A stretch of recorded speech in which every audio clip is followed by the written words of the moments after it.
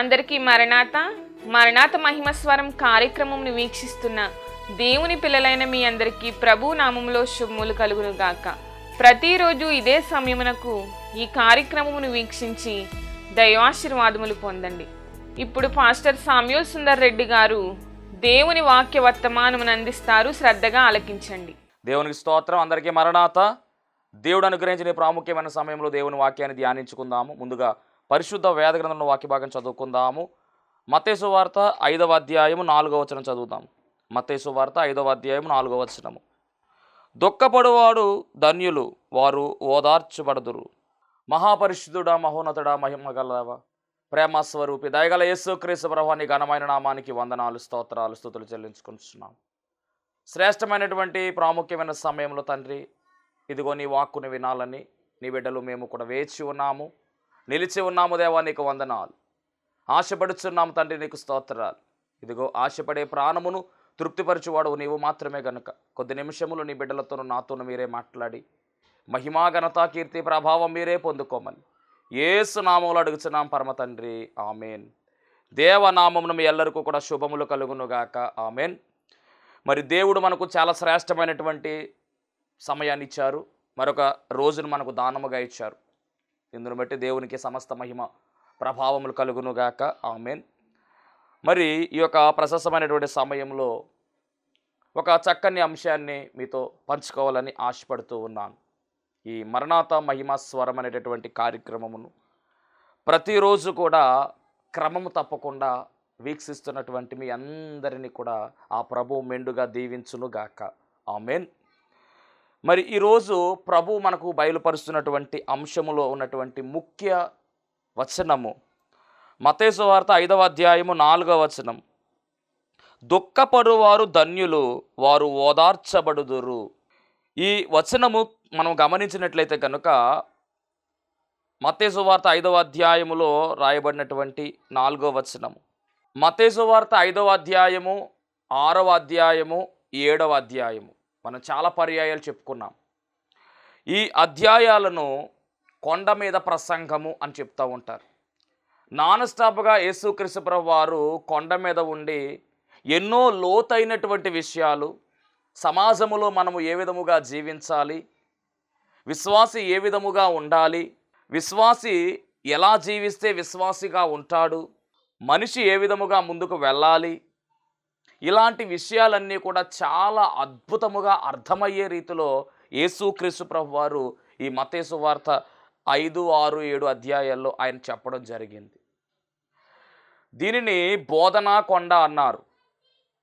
ఈ బోధనా కొండలో ఉన్నటువంటి విశిష్టమైనటువంటి అంశాలు, యేసుక్రీస్తు ప్రభువు వారు ఏ మాటలైతే చెప్పారో వాటన్నిటిని కూడా ఆయన నెరవేర్పు కలిగించినట్టుగా కూడా మనం గమనించాలి.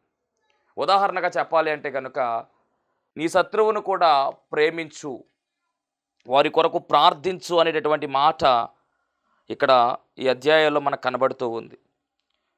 మత్తయి సువార్త 5వ అధ్యాయము 44వ వచనము 43వ వచనం చదివితే కనుక మనకు ఆ విషయాలు కనబడుతున్నాయి. నీ పొరుగువాని ప్రేమించి నీ శత్రువును ద్వేషించుమని చెప్పబడిన మాట మీరు విన్నారు కదా. నేను మీతో చెప్పునదేమనగా, మీరు పరలోకమందున్న మీ తండ్రికి కుమారులయ్యుండునట్లు మీ శత్రువులను ప్రేమించుడి, మిమ్మును హింసించు వారి కొరకు ప్రార్థన చేయుడి. అద్భుతమైనటువంటి స్టేట్మెంట్ ఇక్కడ ఇచ్చాడు. యేసుక్రీస్తు ప్రభువు వారు చెప్పడం మాత్రమే కాదండి, చేసి చూపించే దేవుడై ఉన్నాడు. ఈ మాటను గమనించాలి. మిమ్మల్ని హింసిస్తున్న వారి కొరకు ప్రార్థన చేయండి, శత్రువులను ప్రేమించండి అన్నారు.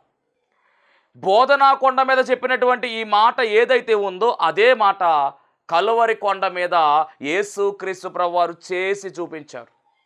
ఆయన హింసిస్తున్న వారిని ఆయన క్షమించాడు, ఆయన హింసిస్తున్న వారిని ఆయన ప్రేమించాడు. అంత మాత్రమే కాదు, ఆయనను అంతలా హింసించినా కానీ వారి కొరకు ప్రార్థన చేశాడు. అది గొప్ప విషయము. మీ శత్రువుల కొరకు మీరు ప్రార్థన చేయండి అన్నారు. ప్రేమించాలి, ప్రార్థన చేయాలి. విజ్ఞాపన ప్రార్థన చేశాడు. మనందరికీ తెలుసు, తండ్రి వీరేమి చేయుచున్నారో వీరెరుగురు కనుక వీరిని క్షమించండి అనేటువంటి ప్రార్థన అక్కడ కనబడుతూ ఉంది. అంటే యేసుక్రీస్తు ప్రభువు వారు ఏదైతే చెప్పారో అదే చేశారు. ఈ విషయాలన్నీ కూడా మరి ఈ అద్భుతమైనటువంటి ఈ అధ్యాయం 5వ అధ్యాయం 6వ అధ్యాయం 7వ అధ్యాయంలో మనం చూడవచ్చు. చాలా ప్రాముఖ్యమైనటువంటి అధ్యాయాలు, అనేక మందిని ప్రభావితము చేసినటువంటి అధ్యాయాలుగా కూడా వీటిని చెబుతూ ఉంటాం. గొప్పవారు చాలామంది మరి గొప్పవారయ్యారు ఈ అధ్యాయాలు చదివినటువంటి వారు. వారి యొక్క స్థాయి మారింది, వారి యొక్క స్థితి మారింది, వారి బ్రతుకు మారింది. మనము కూడా ఈ అధ్యాయాలను చదవలసిన వారమై ఉన్నాము. వాక్యం వింటున్నటువంటి దైవ జనాంగమ గమనించండి, మత్తయి సువార్త 5, 6, 7 ఈ అధ్యాయాలు చదవండి. దేవుని ఆశీర్వాదాలు మనం మరిన్ని పొందుకునేటువంటి అవకాశము మనకు ఏర్పడుతుంది. మరి ఈ అధ్యాయములో మరి ఆయన మొదలుపెట్టినటువంటి మాటలు ఒకసారి మనం గమనిస్తే కనుక, ఆయన ఆ జనసమూహములను చూచి కొండ ఎక్కి కూర్చుండగా ఆయన శిష్యులు ఆయన యొద్దకు వచ్చిరి. అప్పుడు ఆయన నోరు తెరచి ఈలాగు బోధింపసాగెను, ఆత్మ విషయమై దీనులైన వారు ధన్యులు, పరలోక రాజ్యము వారిది. ఇక్కడ గమనించాలి, ధన్యులు ఎవరు అనేటటువంటి విషయాలు మాట్లాడుకుంటూ ఆయన వస్తూ ఉన్నారు. అలాగే దుఃఖపడువారు ధన్యులు, వారు ఓదార్చబడుదురు అనేటటువంటి మాట వెంటనే పలకడం జరిగింది. అంటే ముందు చెప్పిన మాట ఏమిటంటే, ఆత్మ విషయమై దీనులైన వారు ధన్యులు, దీనత్వము ధరించుకోవాలి మనము అని ఎన్నో మారులు మనం మాట్లాడుకున్నాం. దీన మనస్సును మనము ధరించుకోవాల్సిన వారమై ఉన్నాం. క్రీస్తు యేసును కలిగిన ఇట్టి మనస్సు మీరు కూడా కలిగి ఉండుడి. అది ఏ మనస్సు అయ్యా అంటే దీన మనస్సు. తగ్గింపు స్వభావం మనలో ఉండాలి. క్రీస్తును మనము క్రియలలో చూపించాలి, వాక్యాన్ని క్రియలలో చూపించాలి. మనము క్రీస్తును కలిగిన వారి వలె మనం ఉండాలి, జీవించాలి. మన మాటలో క్రీస్తు కనబడాలి, మన చేతల్లో క్రీస్తు కనబడాలి. మన ప్రేమ క్రీస్తు ప్రేమను కనుపరచాలి. అది క్రైస్తవ జీవితం యొక్క ముఖ్య సూత్రం. దేవునికి మహిమ కలుగునుగాక. క్రైస్తవులు అనిపించుకుంటే సరిపోదండి, క్రీస్తును పోలి నడుచుకోవాలి, క్రీస్తు వలె జీవించాలి. అందుకనే ఆత్మ విషయమై దీనులైన వారు ధన్యులు, వారు పరలోక రాజ్యము వారిది. అంటే పరలోక రాజ్యం ఎవరిది అంటే ఆత్మ విషయమై దీనులైన వారిది అని చెప్పారు. తర్వాత వెంటనే ఇచ్చినటువంటి మాట ఏమిటంటే, దుఃఖపడువారు ధన్యులు, వారు ఓదార్చబడుదురు. రైట్, ఎవరైతే దుఃఖపడుతూ ఉన్నారో వారు ధన్యులు, వారు ఓదార్చబడుదురు. దేవుని కలిగినటువంటి మనము, ఆయన నమ్ముకున్నటువంటి మనము, మన జీవితాల్లో ఒక్కొక్క సమయంలో దుఃఖము వస్తుంది, ఒక్కొక్క సమయంలో నష్టము వస్తుంది, ఒక్కొక్క సమయాల్లో బాధలు వస్తాయి, ఇబ్బందులు వస్తాయి. ఎన్ని వచ్చినా కానీ మీరు దుఃఖపడుతూ ఉంటే మీరు ఓదార్పునందుకుంటారు. దుఃఖపడు వారు ధన్యులు, వారు ఓదార్చబడుదురని రాయబడింది.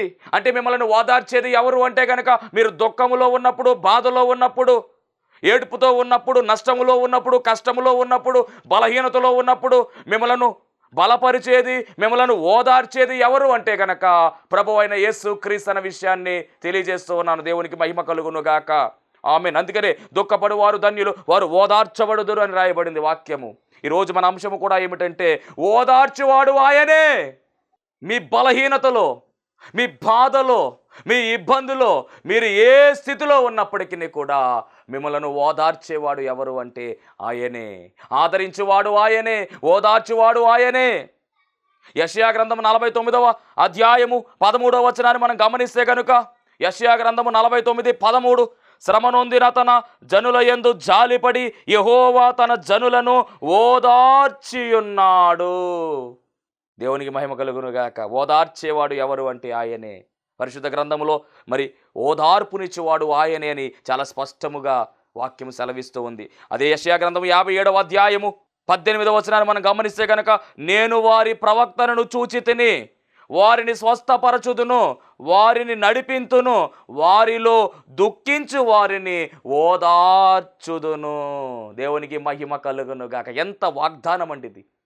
అయ్యో నన్ను ఆదరించేవారు లేరు, అయ్యో నన్ను ఓదార్చేవారు లేరు, నా కష్టంలో నన్ను ఎవరు పట్టించుకోవటం లేదు, నా బాధల్లో నన్ను ఎవరు కూడా పలకరించట్లేదు, నా శ్రమలు చూసి అందరూ దూరంగా వెళ్ళిపోతున్నారు, నన్ను ఓదార్చేవారు లేరే, ఆదరించేవారు లేరే అని కృంగిపోతున్నావా? నీకొక శుభవార్త, నిన్ను ఓదార్చేవాడు ఉన్నాడు. ఈ ప్రపంచంలో ఉన్నటువంటి వారు నిన్ను ఆదరించలేరు సరిగా, కానీ ఒకే ఒక్కడు నిన్ను ఆదరించి ఓదార్చేవాడు ఆయనే, మనము సేవిస్తున్నటువంటి దేవుడు. దేవుని మహిమ కలుగును గాక. కాబట్టి కష్టాలు చూసి, బాధలు చూసి, బలహీనతలు చూసి కృంగిపోవద్దు. ఓదార్చేటటువంటి ఆయన ఉన్నాడు. నీ కన్నిటిని నాట్యముగా మార్చివేసే సామర్థ్యం కలిగిన దేవుడే మనము సేవిస్తున్నటువంటి దేవుడు. దేవునికి మహిమ కలుగును గాక. మరొక వచనాన్ని మీకు జ్ఞాపకం చేస్తూ ఉన్నాను. 69వ కీర్తన 20వ చరణాన్ని గమనిస్తే కనుక 69వ కీర్తన 20వ చరణము. నిందకు నా హృదయము బద్దలాయెను, నేను బహుగా కృషించి ఉన్నాను. కరుణించు వారి కొరకు కనిపెట్టుకుంటుని గాని ఎవరునూ లేకపోయిరి. ఇప్పుడు మనం మాట్లాడుకున్నటువంటి మాట ఇది. ఓదార్చు వారి కొరకు కనిపెట్టుకుంటుని గాని ఎవరునూ కానరైరి.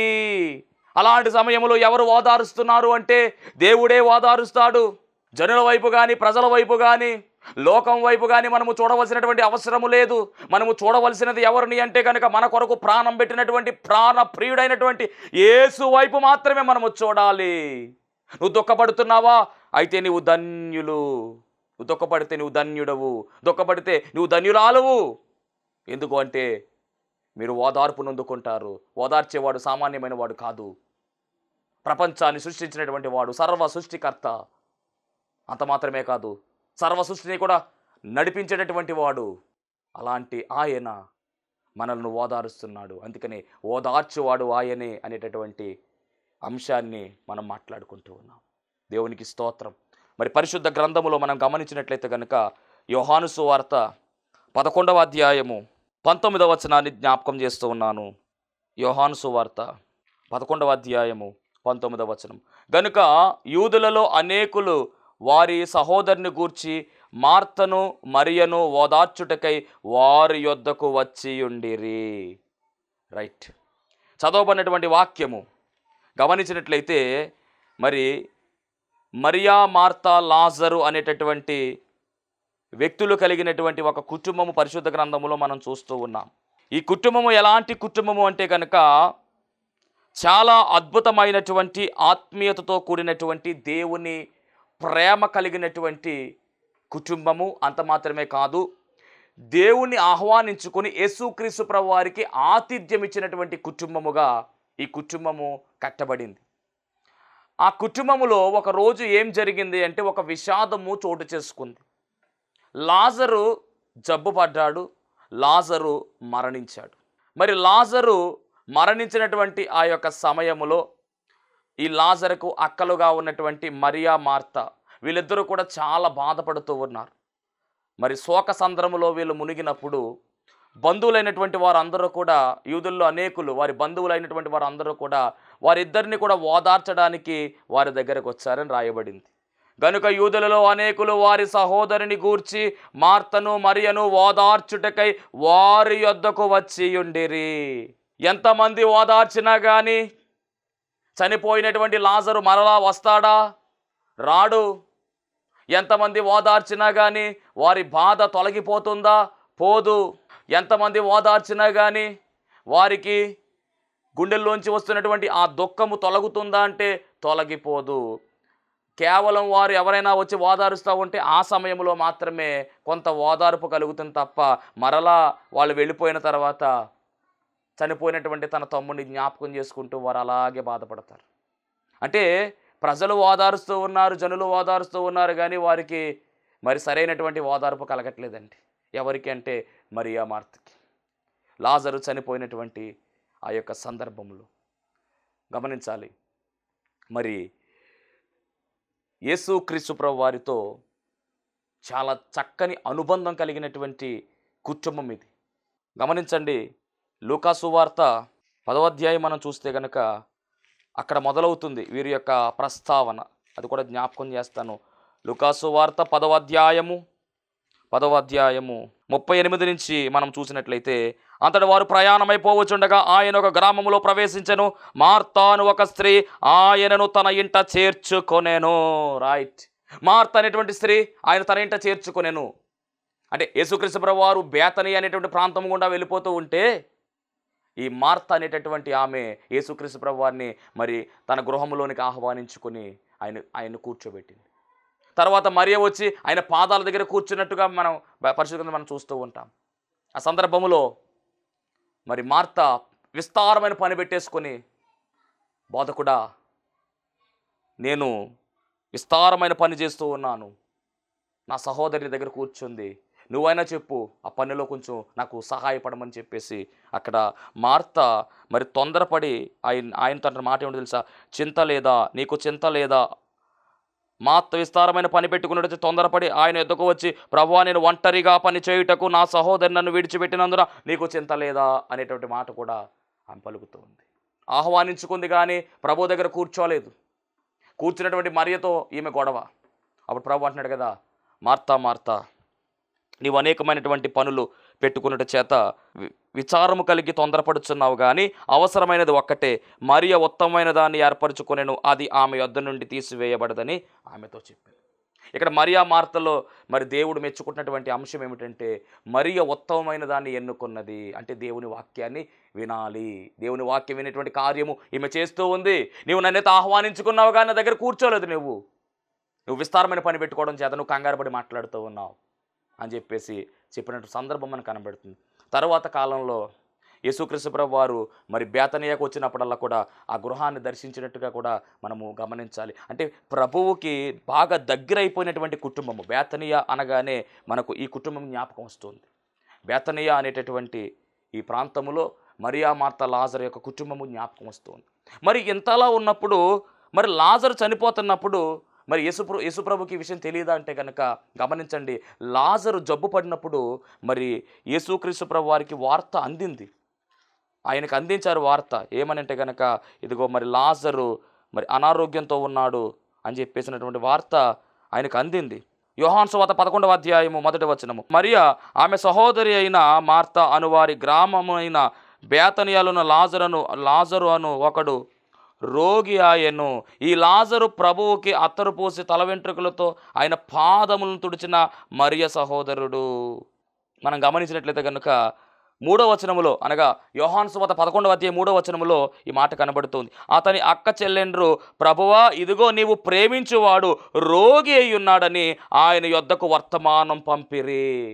యేసు ప్రభు దగ్గర వర్తమానం వెళ్ళిందండి. ఏమని వెళ్ళిందంటే, నువ్వు ప్రేమించేటటువంటి మరి లాజరు రోగి అయి ఉన్నాడు, రావయ్య ఒకసారి అని చెప్పి వర్తమానం వెళ్ళింది.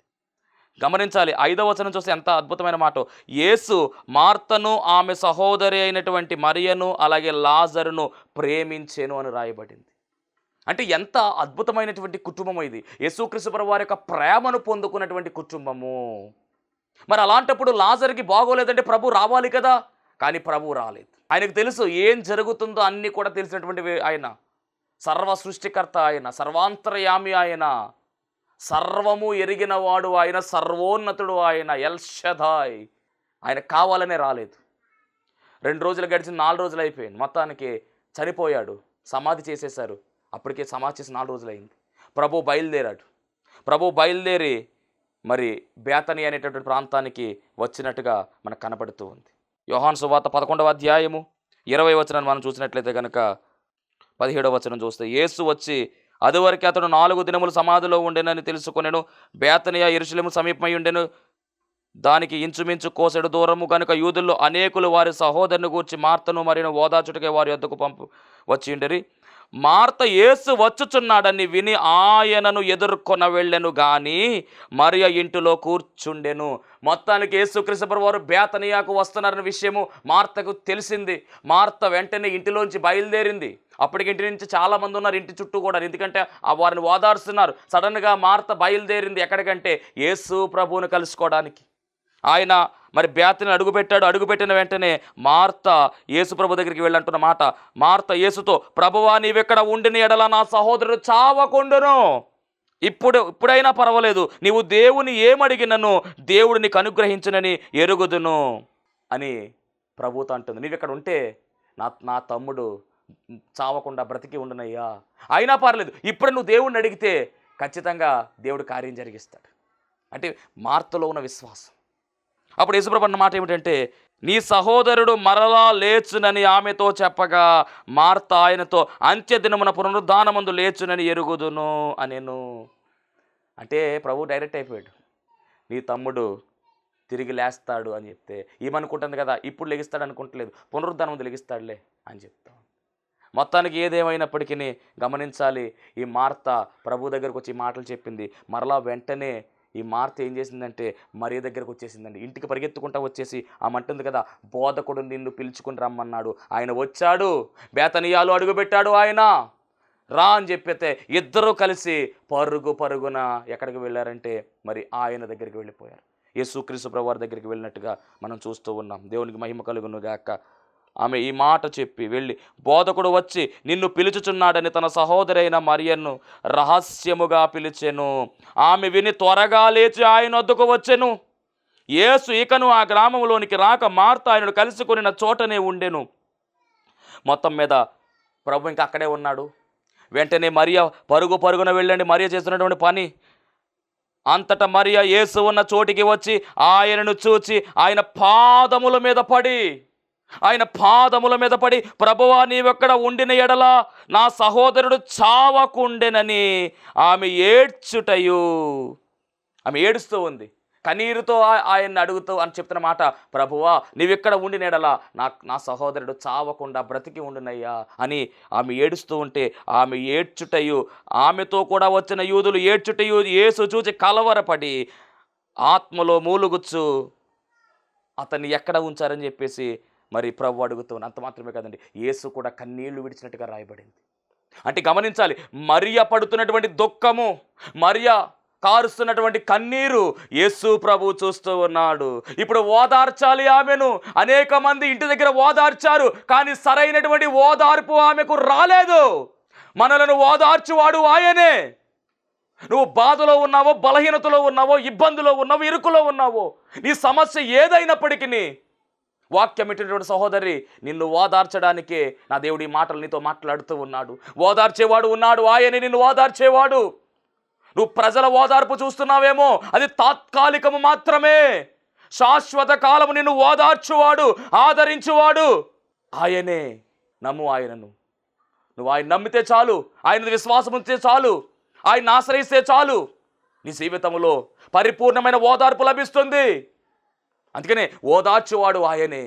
ఇప్పుడు మరియ పుట్టెడు దుఃఖములో ఉంది, తన సహోదరుడు కోల్పోయినటువంటి దుఃఖంలో ఉంది, ఎంతో బలహీనతలో ఉంది, ఎంతగానో ఏడుస్తూ ఉంది, కన్నీరు కారుస్తూ ఉంది. ఆమె కన్నీరు చూసి అక్కడ ఉన్నటువంటి యూదులందరూ కూడా కంటతడి పెట్టేశారు, వారు కూడా ఏడుస్తూ ఉన్నారు.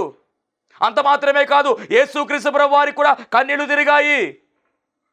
గమనించాలి ఎంత అద్భుతమైనటువంటి సిచ్యువేషన్ ఇక్కడ జరుగుతూ ఉందో. ఇప్పుడు ఆమె కన్నీరు ఆగాలి, చుట్టూ ఉన్నటువంటి వారి కన్నీరు కూడా ఆగాలి అంటే ఆమెకు ఓదార్పు కావాలి. వెంటనే ప్రభు అంటున్నాడు కదా, ఎక్కడ పెట్టారు లాజర్ని అంటే తీసుకుని వెళ్ళారు. అప్పుడు ప్రభు అంటున్నాడు, ఇదిగో సమాధి తెరవండి అన్నారు, ఆ రాయి పొర్లించండి అన్నారు. మార్త అంటుంది కదా, ప్రభువా చనిపోయి 4 రోజులు అయ్యింది, కంపు కొడుతుందేమో అంటూ ఉంటే అప్పుడు ప్రభు అంటున్నాడు, నీకు ముందే చెప్పాను కదా, నువ్వు నమ్మిక మాత్రం ఉంచు, దేవుని కార్యాన్ని చూస్తావు అని చెప్తే మార్త సైలెంట్ అయిపోయింది. వెంటనే లాజర్ని మరి ఆయన పిలిచినట్టుగా మనం చూస్తూ ఉన్నాం. లాజరు అని పిలవగానే వెంటనే ఆ కట్లు కట్టినటువంటి లాజరే బయటకు వచ్చాడు. చనిపోయినటువంటి శవము, చనిపోయినటువంటి లాజరు, పేదవస్త్రాలు చుట్టబడి ఉన్నాయి, వాటితోనే కట్లతోనే బయటకు వచ్చేసాడు.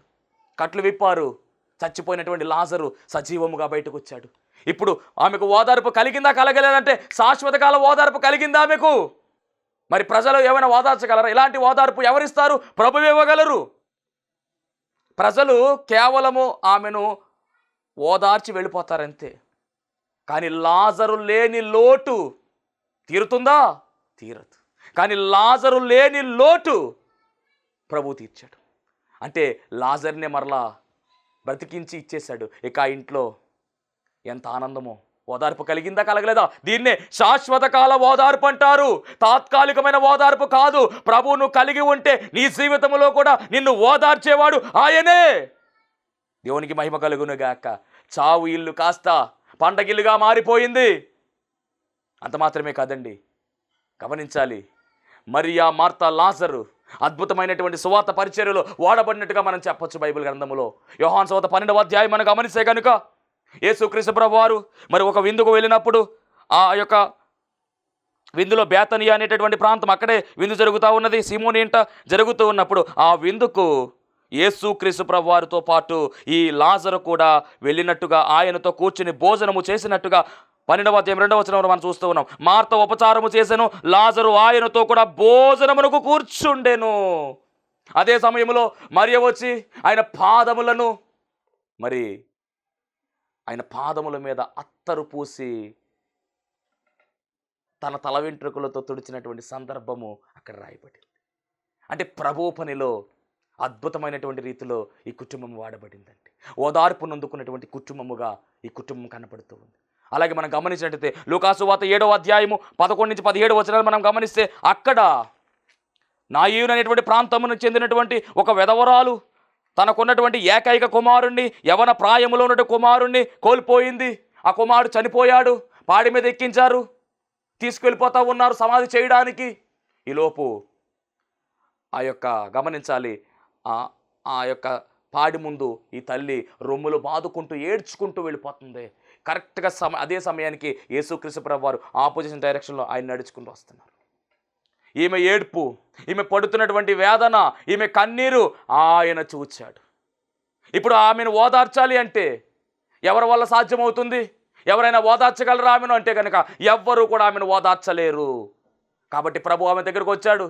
అమ్మా, నువ్వేమి భయపడద్దు, నువ్వేం బాధపడకమ్మా అని చెప్పి అన్నారు.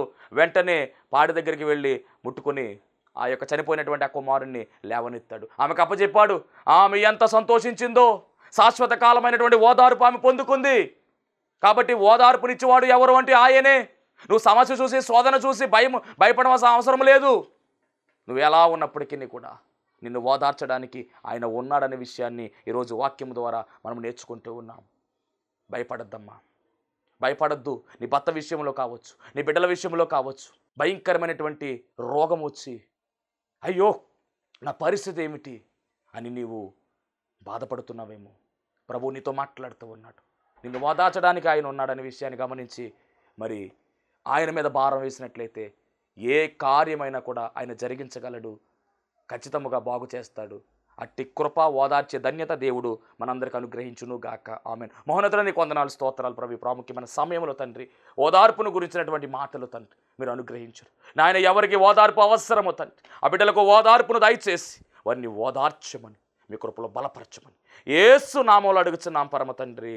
ఆమేన్. అందరికీ మరణాత. దేవునికి స్తోత్రం. అందరికీ వందన మరణ తెలియజేస్తూ ఉన్నాను. మరణాత మహిమస్వరం అనే ఆధ్యాత్మిక కార్యక్రమాన్ని వీక్షిస్తున్న మీ అందరికీ కూడా మరి ఒక పర్యాయము ప్రభు పేర వందన మరణ తెలియజేస్తూ ఉన్నాను.